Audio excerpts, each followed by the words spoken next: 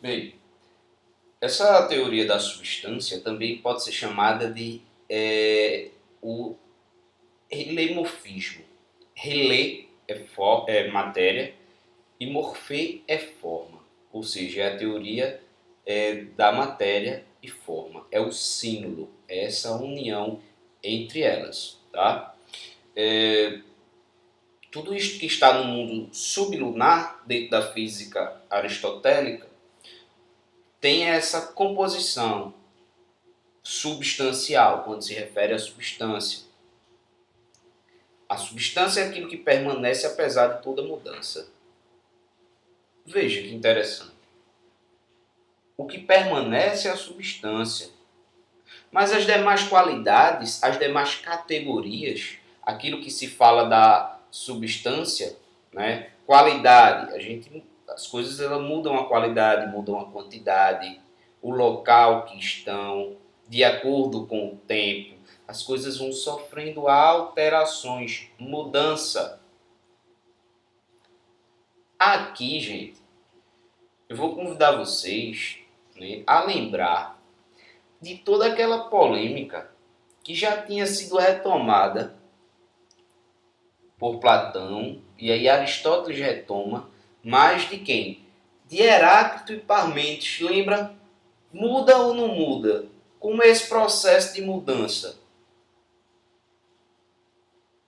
Para Parmênides não muda nada, para Heráclito mudava a todo instante, só que aí implicava num ser que vai ao não ser e um não ser que vai a ser.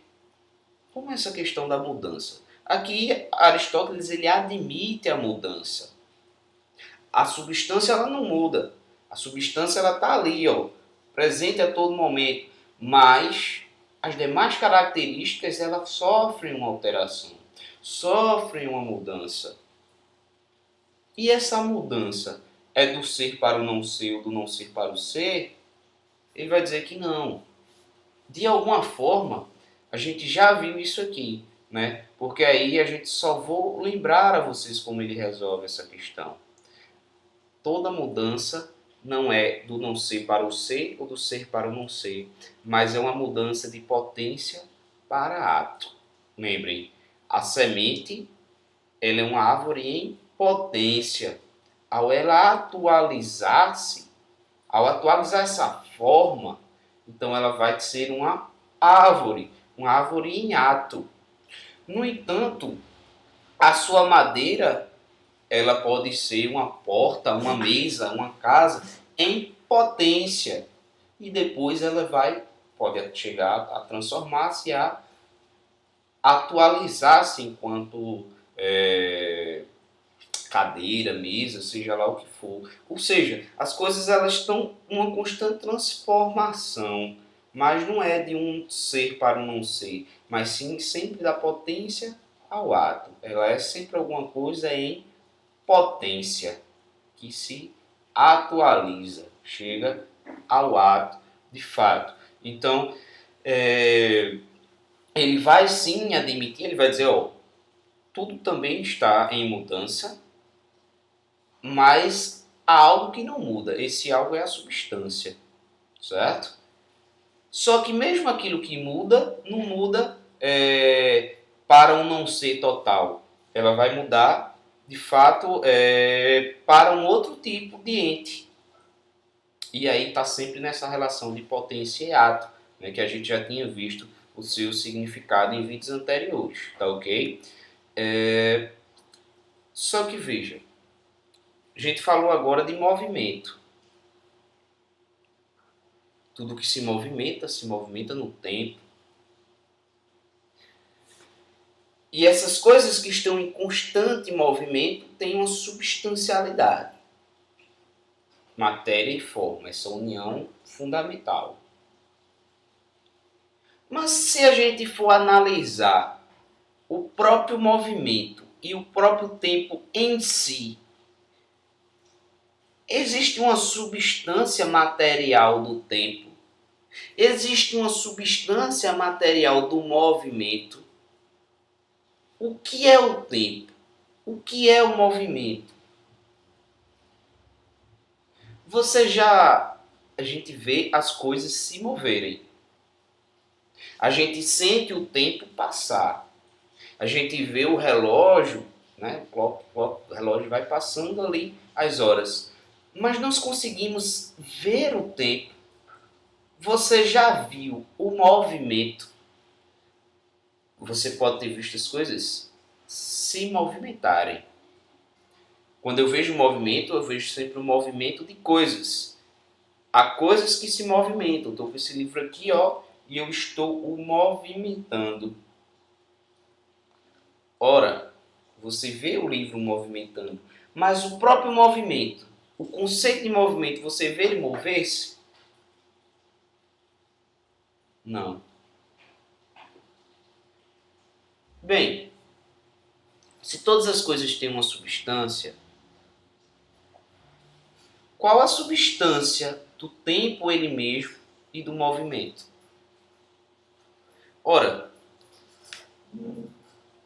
não pergunto apenas a substância, mas a causa deles mesmos.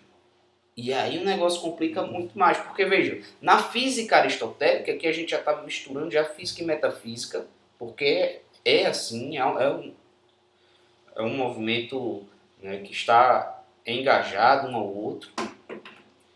A gente vê que tudo que se move por algo.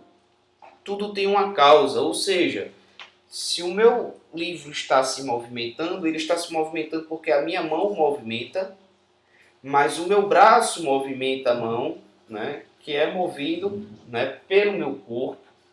Então, tudo está ligado um ao outro. Mas o que é que dá início ao próprio movimento? E qual é a sua substância? Isso é o que a gente vai tentar entender. Ora, não existe apenas substâncias materiais. Porque tem coisas que não têm matéria. Tempo não tem matéria. Movimento não tem matéria. Então, quando não se trata de algo sensível, corruptível, até porque o tempo ele pode se corromper, o tempo ele não cessa. O tempo ele é eterno, nesse sentido aqui para Aristóteles. Por quê? Se eu falo de um antes do tempo ou de um depois do tempo, ora, quando eu me refiro a antes, antes é tempo. É um tempo que passou. Se eu me refiro a um depois, depois é um tempo que ainda não chegou. Então o tempo ele é eterno. E o que é o tempo? O tempo para Aristóteles é o número do movimento. É algo que eu contabilizo o movimento. As coisas elas se movem e por se moverem eu começo a mensurar essas coisas com o tempo. Nós temos calendário, nós temos relógio, a todo tempo, a todo momento, nós queremos mensurar o tempo. Nós temos tempo para a aula, nós temos tempo para tudo. Por quê? Esse tempo é o que mensura, esse tempo é o que nos orienta no nosso mover-se do dia a dia, no nosso movimento em fazer as coisas do dia a dia. Então o tempo, ele é o número do movimento, aquilo que contabiliza, que mensura esse movimento. Mas se o tempo é eterno e se o movimento também, as coisas que estão no tempo, as coisas que estão no tempo, submetidas ao tempo e ao movimento, não são eternas, são corruptíveis, né? Estão nesse momento de movimento entre ato, potência, geração e corrupção, que a gente viu agora, pouco. Mas o tempo e o movimento não. A substância do tempo é uma substância diferente. Ela é uma substância incorruptível. A gente pode dizer que as coisas que não são corruptíveis, as coisas que não têm materialidade, elas são apenas formais. Ela tem apenas forma. A forma a gente não vê, o que a gente vê é a matéria. A gente vê a matéria informada. Quando a gente vê um objeto, as coisas, as pessoas, quando a gente vê assim mesmo, a gente não vê a forma fora da matéria. Mas uma matéria sem forma também não é nada, né? Então, aquilo que a gente não consegue ver, mas existe, por exemplo, o tempo, o movimento, ela é forma pura. Eles são ato puro. E as coisas que são ato puro, forma pura, que não tem materialidade, elas são consideradas de um grau mais elevado, de um grau maior, né? Então tem algumas coisas, né, que são ato puro, que são pura substância formal.